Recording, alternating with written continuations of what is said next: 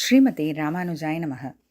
வசுதேவசுதம் தேவம் கம்சச்சாணூரமர்தனம் தேவகீ பரமானந்தம் கிருஷ்ணம் வந்தே ஜகத்குரும் சச்சிதானந்தரூபாய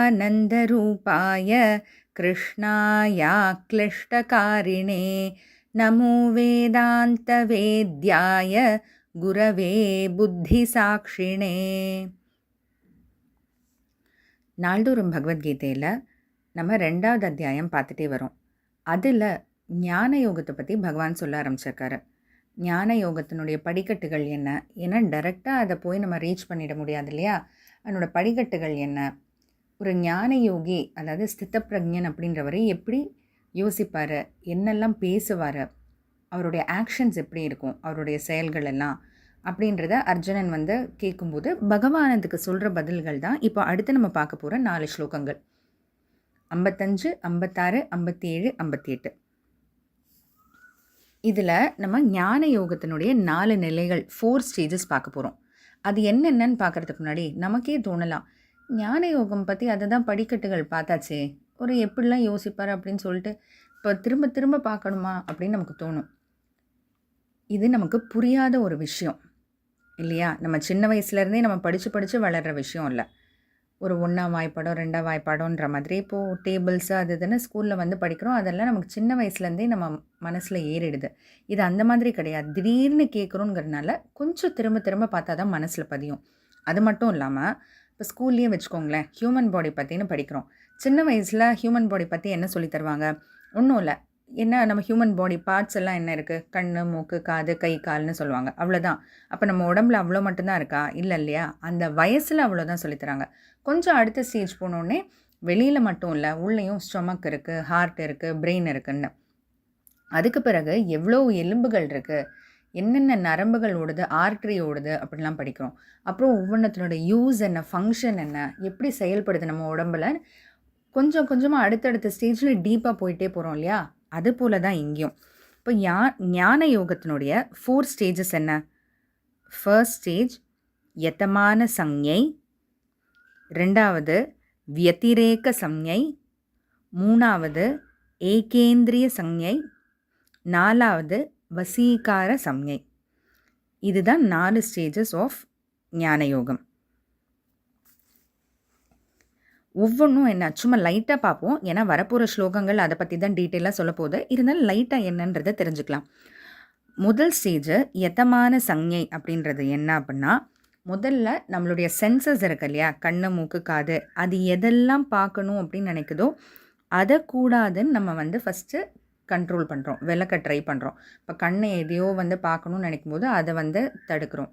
காதை தானே தேவையில்லாத கேட்கணும்னு நினைக்கும் போது அதை தடுக்கிறோம். ஸோ ஃபஸ்ட்டு நம்ம சென்சஸை கண்ட்ரோலுக்கு கொண்டு வரோம், இழுத்துக்கிறோம். இதுதான் யதமான சஞ்ஞை.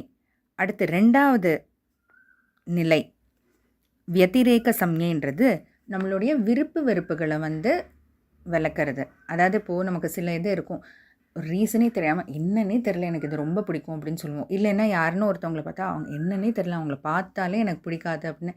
இந்த மாதிரி விருப்பு வெறுப்புகள்லாம் இதெல்லாம் இல்லாமல் இதுதான் வேணும், அவங்கக்கிட்ட தான் பேசுவேன், இவங்களை பார்த்தாலே பிடிக்காது அப்படின்ட்டுலாம் இல்லாமல் விருப்பு வெறுப்புகளை விளக்கிறது. இதுதான் வியதிரேக சஞ்ஞை. அடுத்து 3வது நிலை ஏகேந்திரிய சஞ்ஞை. இப்போது நம்ம சென்சஸை கண்ட்ரோல் பண்ணால் மட்டும் போதாது. இந்த சென்சஸ்க்கெல்லாம் ஆசைகள் எங்கேருந்து வருது, இதனோட சோர்ஸ் என்ன, மூல காரணம் பார்த்தா நம்ம மனசு. ஏன்னா மனசில் நம்ம நினச்ச பிறகு தான் அதை நம்மளுடைய சென்சஸ் மூலமாக அது பண்ணுறோம் இல்லையா. முதல்ல மனசு நினைக்குது இது பார்க்கணுன்ட்டு ஆசையாக இருக்குன்றதுனால தான் கண் அதை பார்க்குது.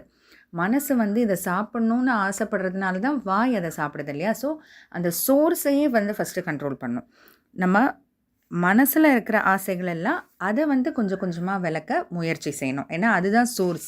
இப்போது நம்மளோட இப்போ ஆயுர்வேதா சித்தாலெல்லாம் போய் பார்த்திங்கன்னா ஃபீவருக்கு இப்போ அலோபதியில் ஃபீவர் அந்த டெம்பரேச்சர் கம்மி பண்ணுறதுக்கு மட்டும் மாத்திரை கொடுப்பாங்க.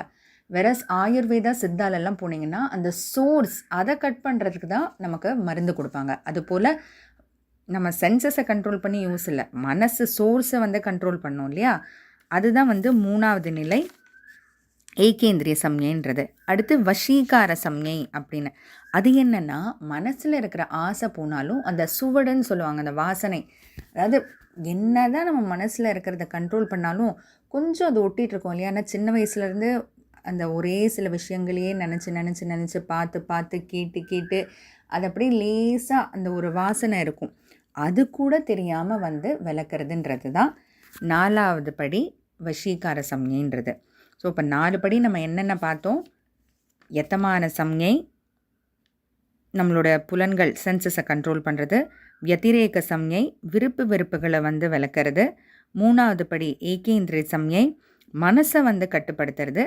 4வது படி வஷீகார சம்ஞைன்றது அந்த வாசனை, அந்த சுவடு கூட இல்லாமல் விளக்குறது அப்படின்றது. இப்போ நம்ம அடுத்த ஸ்லோகங்கள் பார்க்க போகல, ஒரு சின்ன சேஞ்ச். நம்ம வரிசையாக இப்போ பார்த்துட்டே தான் வரோம் இல்லையா? இப்போ லாஸ்ட்டாக பார்த்தது நம்ம 54வது ஸ்லோகம், அர்ஜுனன் கேள்வி கேட்குறது. இப்போ அடுத்து 55வது ஸ்லோகம் பார்க்கணும். ஆனால் அதில் தான் ஒரு சின்ன சேஞ்ச். என்னென்னா, இந்த யத்தமான சம்ஞை 58வது ஸ்லோகம் மூலமாக சொல்ல போகிறோம். அதனால் அடுத்து 58வது ஸ்லோகம். அதே மாதிரி வத்திரேக சம்ஞை 57வது ஸ்லோகம். அடுத்து ஏகேந்திரிய சம்ஞை 56வது ஸ்லோகம்.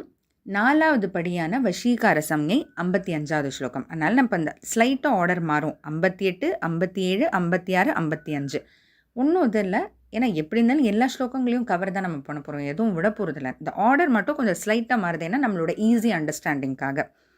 அதனால் தொடர்ந்து நம்ம இந்த 4 ஸ்டேஜஸ் என்னென்னு தெரிஞ்சுப்போம். ஏன்னா நம்ம வாழ்க்கையிலையும் அப்ளை பண்ணுறதுக்கு இது கண்டிப்பாக தேவை. ஏன்னா இதெல்லாம் தியாரிட்டிக்கலாக கேட்டுட்டோம், 4 ஸ்டேஜ் இதுதானா அப்படின்னு கேட்டுட்டா மட்டும் இல்லை, இது பகவான் எப்படின்னும் சொல்கிறார், ஒரு எக்ஸாம்பிளோடலாம் எடுத்துக்காட்டோடு சொல்கிறாரு. நம்மளும் தொடர்ந்து கேட்போம். ஜெய் ஸ்ரீ கிருஷ்ணா.